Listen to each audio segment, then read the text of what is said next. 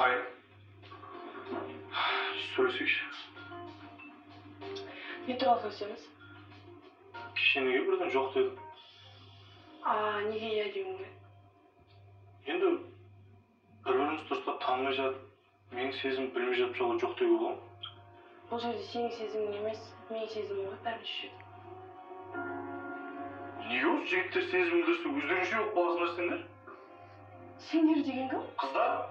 Данияр, жоқ деген сөзді қабылдай алмайсың ба? Сөз салма. Өзің білші. Мүмкін мен жігітім бар шығар. Тіпті тұрмысқа шығайын деп жүрген шығар. Жоқ, шай жоқ. Сен жігіт емессің.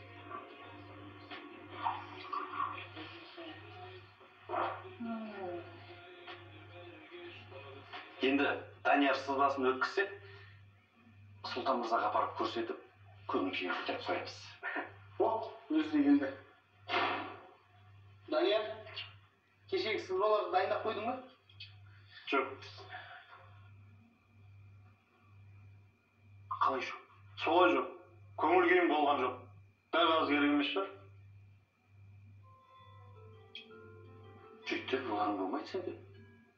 Біреуің қыздардың мейрамханаға апардым екен деп, бастарың бақыттан айналып келеді. Енді біреуің көңіл күйім жоқ деп. Нағыз кәсібилік деген бұл жеке шаруасын жұмысқа араластырмау. Мұның бәрін немене мен ерткеннен жасап жүр дейсіңдер ме? Ата-бабам жұмысым еді менің. Болмайды жігіттер. Пайым жоқ деді ме? Жоқ деді. Саған ше? Иә деді. Жақында той. Құтты болсын. Пайым деген жаңадан келген қыз ба? Иә. Келген күннен бері бас айналып жүр. Иә, отыр ғой жүрегінде жебе қадалып. Көше қанатбек. Мен қақылдап қалдым. Сабыр. Данияр, мен қашан қайтам? Бұндай жағдайда сен жедел түрде француз ғұламаларының сөзіне құлақ ас. Олар не деді? Жүмілі.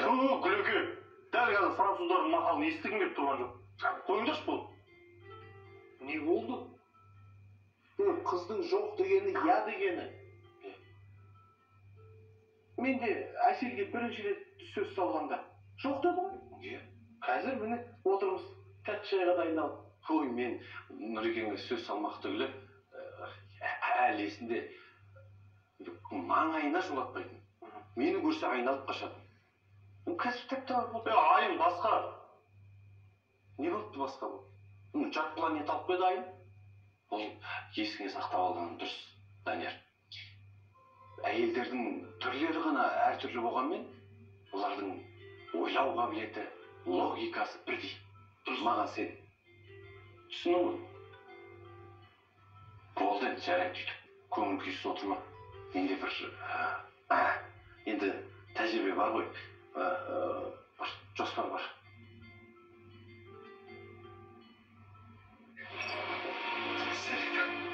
Қандай? Қорғансызға жұбаныш болды.